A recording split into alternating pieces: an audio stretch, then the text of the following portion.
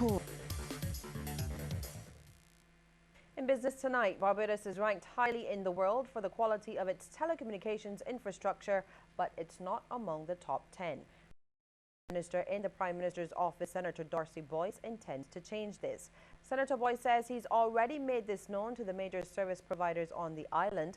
And according to the minister, the process started when the service providers signed a memorandum of understanding last year to set up the Barbados Internet Exchange, which was officially launched on Friday. He also outlined what else should come from the effort.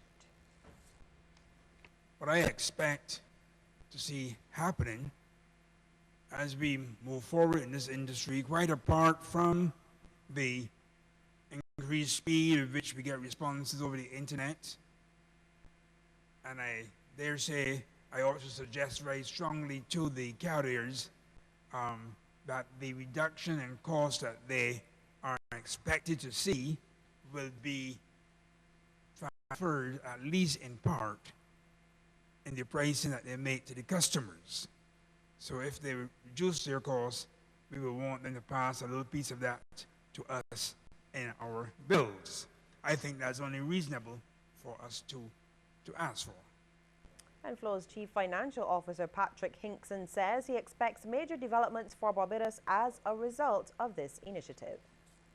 Through this, IXP will be able to improve the speed of connectivity between Barbadians.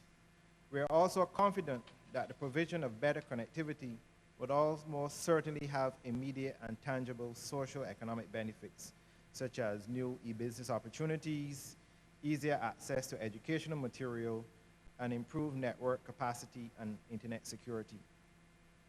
This IXP will certainly ensure that we keep our local traffic local and not send sensitive information across national and international borders.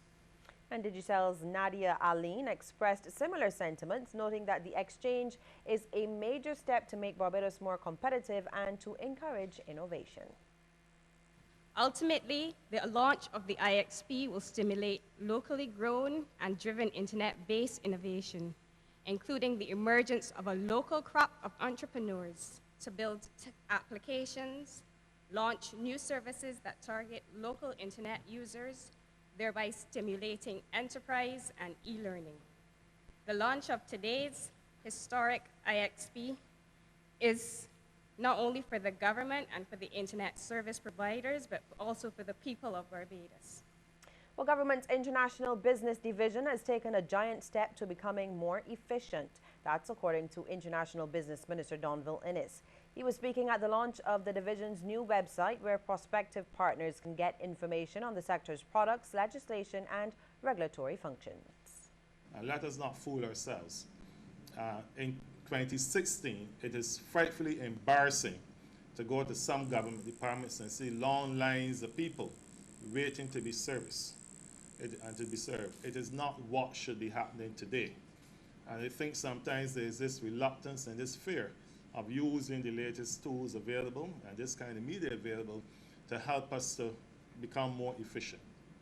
Minister Innes also told those responsible for the sector that potential investors could use the information on the site to make critical decisions, so it has to be accurate and managed efficiently.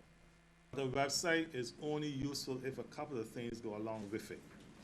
If the information on the site is current and relevant, and government departments have been known to just put up these things and become very static, we don't create dynamic sites, and this one needs to be dynamic.